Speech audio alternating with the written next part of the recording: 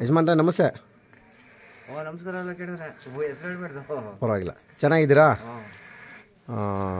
ಏನು ವಿಶೇಷ ಇವತ್ತು ಅಪರೂಪಕ್ಕೆ ಕೊಂಬಿಂಬೆಲ್ಲ ಒರೆಸ್ಬಿಟ್ಟು ರೆಡಿ ಮಾಡ್ಕೊಂಡು ನಿಂತಿದ್ದೀರಲ್ಲ? ಏನು ವಿಶೇಷ ಒರೆಸ್ಕೊಂಡು ನಿಂತಿದ್ದೀರಲ್ಲ? ಜಾತ್ರೆ ಕೊಡಿಯವ ಅಂತ. ಯಾವ ಜಾತ್ರೆಗೆ? ಮಾಗಡಿ. ಮಾಗಡಿ ಜಾತ್ರೆಗೆ. ಎಷ್ಟು ಏನು ಹಾಲೆ ಅಲ್ಲಾಗದ? ಇಲ್ಲ ಅಲ್ಲಾಗಿಲ್ಲ. ಅಲ್ಲಾಗಿಲ್ಲ? ಮತ್ತೆ ನಾಲ್ಕಲ್ಲಿ ಕಣ್ಣಂಗೆ ಕಾಣಿಸ್ತದೆ, ಅಲ್ಲಾಗಿಲ್ಲ ಅಂತೀರಾ? ಎಷ್ಟು ಏಜು? ಒಂದು ವರ್ಷದ ಮೇಲೆ 5-6 ತಿಂಗಳು. ಒಂದು ವರ್ಷದ ಮೇಲೆ 6 ತಿಂಗಳು. ಹಾಂ. ಯಾವ ಊರು ನಿಮ್ಮದು? ಅಂಕನಹಳ್ಳಿ. ಪೂರ್ತಿ ಇದೇನಿದು ಡೀಟೇಲ್ಸ್ ಅದ್ರದ್ದು? ರಾಮನಗರ ತಾಲೂಕು ಜಿಲ್ಲೆ. ರಾಮನಗರ ತಾಲೂಕು, ರಾಮನಗರ ಜಿಲ್ಲೆ. ಹಾಂ. ಅಂಕನಹಳ್ಳಿ ಊರು. ಓಕೆ. ಈಗ ಓರಿ ಸಾಕಾಟ ಮಾಡ್ತಾಯಿದ್ಯಾ? ನಿನಗೆ ಏನು ಖುಷಿಗೋಸ್ಕರ ಓರಿ ಸಾಕಾಟ ಮಾಡ್ತಾಯಿದ್ಯಾ? ಈ ಹಳ್ಳಿ ಕರ್ತಳಿ ಉಳಿಸಿ ಬೆಳೆಸಿ ಇದು ಮಾಡುವ ಅಂತ ಸಾಕ್ತಾ ಇದ್ದೀನಿ. ಓಕೆ. ಇವಾಗ ನೀವು ಹಳ್ಳಿಕಾರ್ ತಳಿನ ಉಳಿಸ್ತೀನಿ ಅಂತ ಹೇಳಿದ್ರಿ. ಈ ಹಳ್ಳಿಕಾರ್ ಅಂದರೆ ಏನು? ಹಳ್ಳಿಕಾರ್ ಅಂದರೆ ಅದಕ್ಕೂ ಮುಂಚೆ ನೀವೇನಂತಿದ್ರಿ? ಅದಕ್ಕೂ ಮುಂಚೆ ಏನಂತಿದ್ವಿ?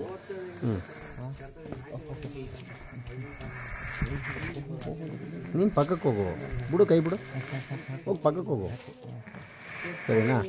ಇವಾಗ ಹಳ್ಳಿಕಾರ್ ಅಂದರೆ ನಿಮ್ಮ ಲೆಕ್ಕಾಚಾರದಲ್ಲಿ ಏನು? ಅಂದರೆ ಪರಂಪರೆಯಿಂದ ಬಂದಿರುವಂಥದ್ದು. ಪಾರಂಪರೆಗೆ. ಮತ್ತು ನಾಟಿ ಎಸ, ನಾಟಿ ಓರಿ, ನಾಟಿ ಎತ್ತು ಅಂತ ಏನಕ್ಕೆ ಅಂತಿದ್ರಿ? ಅದು ಪರಂಪರೆಯ. ಮತ್ತು ಹಳ್ಳಿಕಾರ್ ಅಂತ ಯಾಕೆ ಅಂತಿದ್ದೀರಾ? ಹಳ್ಳಿಕಾರ್ ಅಂದರೆ ಈ ಹಸುಗಳ ಶಕ್ತಿಯುತವಾಗಿ ಹಾಲು ಶಕ್ತಿಯಿಂದ ಶಕ್ತಿಯುತವಾಗಿರ್ತದೆ. ಹಾಂ. ಈಗಿನ ಸೀಮೆ ಹಸುಗಳಿಗೂ ಏನು ಪ್ರಯೋಜನ ಇಲ್ಲ. ಇತ್ತೀಚಿನ ಸಂಶೋಧನೆಯಿಂದ ಹಸುವಿನ ಹಾಲು ಕುಡಿದಾಗ ಗಂಡಸತ್ವನೇ ಕಳ್ಕೊತದೆ ಅಂತ ವೈಜ್ಞಾನಿಕವಾಗಿ ಈಗಾಗಲೇ ರಿಲೀಸ್ ಆಗದೆ. ಆದ್ದರಿಂದ ಈಗ ಇನ್ನು ಮುಂದೆ ಮಕ್ಕಳುಗಳು ಸಹ ಹುಡೋದಿಲ್ಲ. ಅದಕ್ಕೋಸ್ಕರ ಹಳ್ಳಿಕಾರ್ ತಳಿ ಬೆಳೀಲಿ ಅಂತ ನಾವು ಪ್ರೋತ್ಸಾಹ ಮಾಡಿ ಸಾಕ್ತಾ ಇದ್ದೀವಿ ನೋಡಪ್ಪ. ಸಾಕ್ತಾ ಇದ್ದೀರಾ? ಈಗ ಇದು ನಿಮ್ಮ ಮನೇಲೆ ಹುಟ್ಟಿದ್ದ ಅಥವಾ ತಂದಿರೋದಾ? ಇಲ್ಲ, ಹುಟ್ಟಿರೋದು ಮನೇಲಿ. ನಿಮ್ಮ ಮನೇಲೆ ಹುಟ್ಟಿರೋದು. ಈಗ 1.5 ವರ್ಷ ಇದಕ್ಕೆ ಏಜು. ಈಗ ಯಾರು ಬಂದರೆ ಕೊಡ್ತೀರಾ? ಕೊಡ್ತೀವಿ. ಓಕೆ. ನಿನ್ನ ಮೊಬೈಲ್ ನಂಬರ್ ಹೇಳು. ನಂಗೆ ಗೊತ್ತಿಲ್ಲ. 9686314960. ಓಕೆ. ಯಾರ ಬಂದರೆ ಕೊಡ್ತೀಯಾ? ಈಗ ಎಷ್ಟು ವರ್ಷದಿಂದ ನೀನು ಓರಿ ಕಟ್ತಾ ಇದೆಯಾ? ಎಷ್ಟು ವರ್ಷದಿಂದ ಕಟ್ತಾ ಇದೆಯಾ ಹೇಳು? ಎಷ್ಟು ವರ್ಷದಿಂದ ನೀನು ದನ ಕಟ್ತಾ ಇದೆಯಾ? ಬಿತ್ತನೆ ಕರೆ ಯಾವ ಕಟ್ಟಿಲ್ಲ. ಬಿತ್ತನೆ ಕರುಗಳು ಮಾರಾಟ ಮಾಡಿದ್ಯಾ?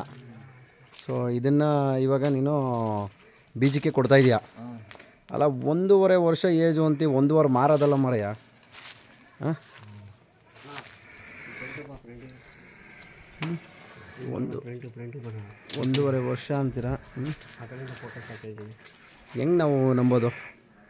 ನೋಡಿ ಅಲ್ಲಿ ಹೇಳೋದು ನಿಜಾನೇ ಹೇಳ್ತಾ ಇದ್ದೀರಾ ನೀವು? ಗ್ಯಾರಂಟಿಗೆ? ಸುಳ್ಳು ಹೇಳ್ತಿಲ್ಲ.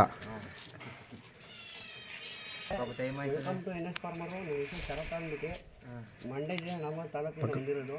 ನೀವು ಹೇಳಿದ್ರಿ ಹಳ್ಳಿಕಾರರು ಪರಂಪರೆಯಿಂದ ಬಂದೈತೆ ಅಂತ.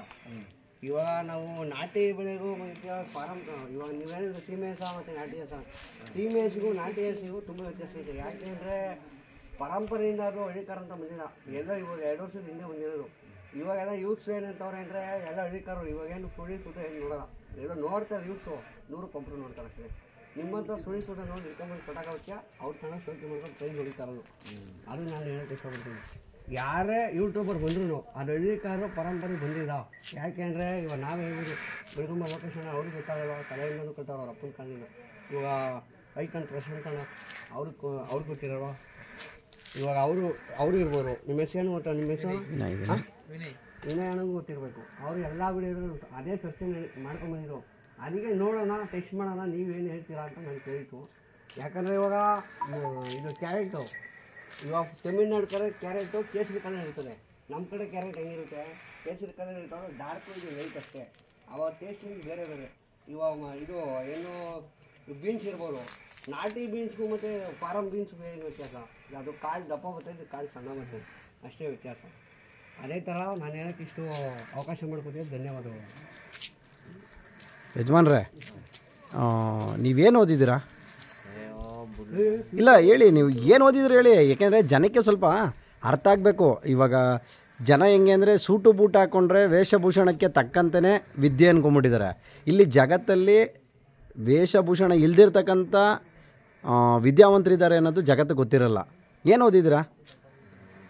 ಇರಲಿ ಹೇಳಿ, ಪರವಾಗಿಲ್ಲ, ತೊಂದರೆ ಇಲ್ಲ, ಹೇಳಿ ಏನು ಓದಿದ್ರಿ ಹೇಳಿ. ನೋಡಿ ಸ್ನೇಹಿತರೆ, ಇವರು ಏನು ಓದಿದ್ದಾರೆ ಅಂದರೆ, ಇವರು ಓದಿರ್ತಕ್ಕಂಥದ್ದು LLB. ಈ ಶಿವಲಿಂಗಯ್ಯ ಅವರು ನೋಡೋಕ್ಕೆ ಒಬ್ಬ ಸಾಧಾರಣ ಮನುಷ್ಯನ ಥರ ಇದ್ರೂ LLB ಓದಿ ಇವತ್ತು ಎಲ್ಲ ಬಿಟ್ಬಿಟ್ಟು ರೇಷ್ಮೆ ಕಡ್ಡಿ ಬೆಳೆಯನ್ನು ಬೆಳ್ಕೊಂಡು ಅಲ್ಲಿಂದ ಏನು ಈ ನಾಟಿ ಹಸುಗಳು ಇದೆಯೋ, ಏನು ಈ ಹಳ್ಳಿಕಾರ್ ತಳಿ ಅಂತ, ಇದನ್ನು ಪೋಷಣೆ ಮಾಡ್ತಕ್ಕಂಥ ಕೆಲಸದಲ್ಲಿ ಅವರು ನಿರತರಾಗ್ಬಿಟ್ಟವ್ರೆ. ಯಾಕೆಂದರೆ ಅವ್ರ ಮನೆಗೆ ಬಂದಾಗ ಒಂದು 4 ಹಸುಗಳು, 2 ಹಾಲು ಕರೆಯವು, ಇನ್ನೆರಡು 1 ಕರು ಮತ್ತು ಇದೊಂದು, ಇದಿಷ್ಟು ಇದ್ದಿದ್ದು.